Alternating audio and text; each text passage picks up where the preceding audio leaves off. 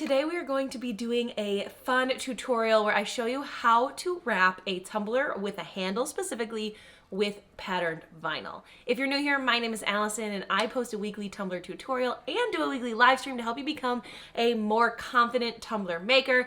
So if you like the video, if you like the channel, please subscribe. It really helps support the channel and I do appreciate every single one of you. There are so many fun things about this tutorial that I can't wait to share with you. The first thing I want to share is that I actually made a template for this tumbler. So when you're dealing with cups and handles, it can be a little frustrating, especially when you're trying to wrap vinyl in through there. It can be a little bit annoying. So I went ahead and made a super simple template that you can use to wrap around this tumbler so your seams fit exactly. It is designed to fit the Craft Haven 30-ounce camper mug, and I will link it underneath this video. Let's go ahead and get started. Don't forget that the first step is always to prep your tumblers. You want to make sure that you remove the factory coating, and then I wasn't sure when I first started this tumbler what direction I was going to take it, but I do always like to add a base coat. Even if I'm doing a full vinyl wrap and covering with Bright Tone, I always do a base coat first just to make sure that no rust can form underneath that vinyl. So I am painting with a Wet n Wild blush brush that you can get at the Dollar Tree with a paint that I mixed up myself in a live stream. I will actually put that live stream up in the right hand corner if you want to watch it, or you can also get the recipe on my blog that I will link down below. Do a couple of coats 4 hours apart. Then I cut my vinyl with the template that I made, and you'll see that it makes a rectangle, and I've got a few little notches to weed out that vinyl.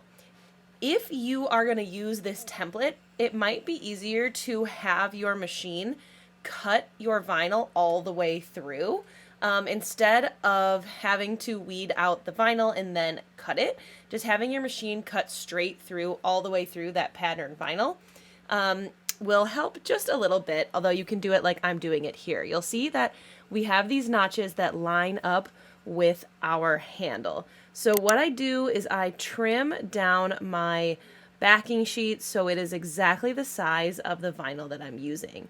And then I also did remove the vinyl, but had to cut that backing with scissors.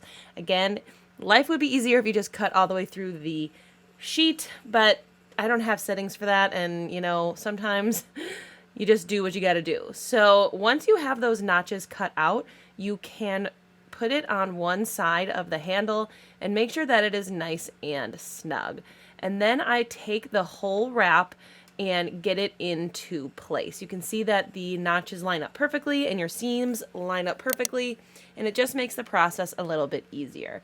I do like to take a little bit of painter's tape and tape this wrap in place just to hold it down while I get it anchored and attached. So I just put a couple of pieces of blue painter's tape on the top and the bottom, and then I will pull back the backing of just about an inch on this vinyl because I'm going to hinge this down. So I use my weeding tool to separate the two, and you only need about 1 inch. You can do a little bit more if you want, but you really don't need much. So all I do is fold back that paper and cut away the backing so it doesn't get in the way. And then I always make sure that I take that wrap and really like pull it snug with my hand so I can get it on nice and tight. And use your finger to press down that adhesive, and then you can remove the tape that you are using to hold your vinyl in place. I highly recommend you get a Squeegee Tool with the felt on the end. I get mine from Amazon, but it just really helps get your vinyl on your tumbler with minimal bubbles, but also the felt makes it easier and like softer to add it, so you're not going to ruin your vinyl. So I just keep pushing the vinyl a little section at a time, going horizontal and vertical just to make sure I have enough pressure so I'm not getting any bubbles. Work this all the way around your tumbler. Doing it this way, as well as using high quality vinyl, this one is from North 80 on Etsy, I find that I have very few bubbles, if any. So if you're having trouble with bubbles, try this method as well as using the wet method. I will link a video in the top right corner right now about using the wet method, but you can see that it lines up exactly and the seam fits perfectly. So then I decided to glitter the top and the bottom as well as the handle. I like to tape off right where the vinyl ends so I can have a nice crisp line. I am a messy crafter. Let me know in the comments if you are as well. But using tape to tape off where I don't want any glitter is super helpful, and it just makes sure that you keep that pattern vinyl nice and clean. So add tape where you need to, and then I used Bright Tone to apply my glitter.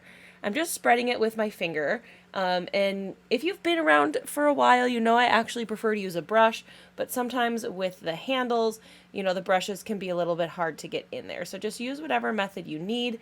I applied my Bright Tone in all 3 spots, and then I will add my glitter. I am using rose gold glitter from Glitter Dipped Sips. I will link her shop underneath this video as well as a discount code. Once you get your cup glittered, since I used a Bright Tone, I need to let it dry for 4 hours. If you choose to use glitter glue, then you can go with that too, but Bright Tone always needs 4 hours to dry. And then I go in with a dry brush. I always dry brush any excess glitter off of the tumbler, and then I will evaluate if I need a second coat or not. It really depends on the tumbler, but this one I did need a second coat of glitter, and I'm just using glitter glue to spread on my second coat. So each section I added my glue and then put on my glitter. I didn't want it to dry too fast, so I did find when I did the Bright Tone earlier, and maybe I didn't get the best coverage because I took too long applying my glitter. So just add your glitter glue, spread it around evenly, and then pour on your glitter. Remember that glitter glue needs 2 hours to dry, so once you get your cup glittered with your second coat, let it dry for 2 hours, and then you can move on with the process. I did do, again, a dry brush. Every time your glitter is dry, you're going to want to do that dry brush. And then I sealed my glitter with the glitter glue. Anytime you use a handle or have a cup with a handle, it's helpful to do that first. Get that covered either with glitter glue or Bright Tone or whatever step that you are at. But seal it without the cup moving. And then when you're ready, you can turn on your turner and get the rest of the tumbler. Remember, every coat of glitter glue needs to dry for 2 hours. Once I had that sealed and dried, I removed the tape. You can see that you have such nice crisp lines with that tape at the vinyl. It's just so much better to tape it than try to do it without the tape. So once that was dry, I took my brayer roller just to give it a nice little smush while I could, because, you know, the flatter your glitter, the less coats of Bright Tone you're going to need. So once I did that, I went in with my Bright Tone. I did 4 coats of Bright Tone 4 hours apart. Again, you'll see me do the handle first, both just the handle and the cup underneath it and above and below it. Honestly, like the whole handle area, it's best to do that first and then turn your turner on and do the rest of the cup. So I did about 4 coats of Bright Tone 4 hours apart. Remember, keep your coats thin. You have a very smooth surface with the vinyl, so you don't need a lot of Bright Tone. So at this point, I decided to add my decal. Again, I did about 4 coats of Bright Tone, and since I have a smooth vinyl surface, even if my glitter is not fully smooth yet, there's no reason why I can't add my vinyl decal because the rest of the cup is smooth. So I added it right in the middle. I thought it looked good, you know, even with the handle. This SVG is from Lettered by Stephanie's SVG Club. I 10 out of 10 recommend becoming a member. She hand writes all of her SVGs, and there's so many to choose from. But then I went in and sanded my first sand. So I added the decal at the same time as I went in, and all I did was sand over the glitter. You do not have to sand the rest of the cup because it should be smooth over that vinyl.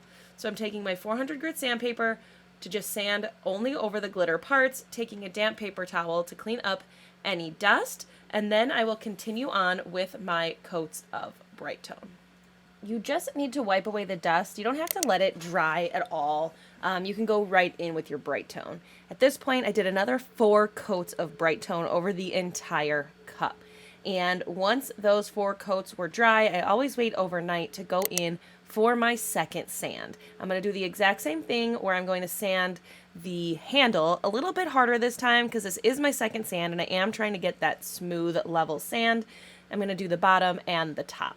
I do like these 400 grit sanding pads from the CrystaLac Company. I think they are the best quality that you can find. The other thing I did was sand right over the decal because there is 4 coats of bright tone over the decal. Sanding over the decal helps. You do not have to sand the entire cup. I just sanded top, bottom, handle, and the vinyl. By the way, I really like these foam pieces that are on my Amazon shop for these camper mugs. They're a little bit wider.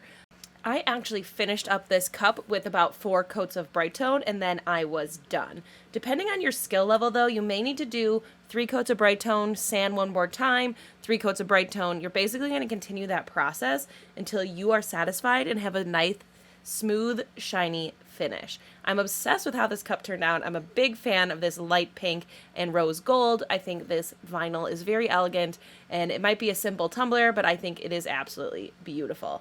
Everything I talked about in the video will be underneath this video. If you want to see how you can add patterns to your tumblers using fabric, make sure you click the video on your screen.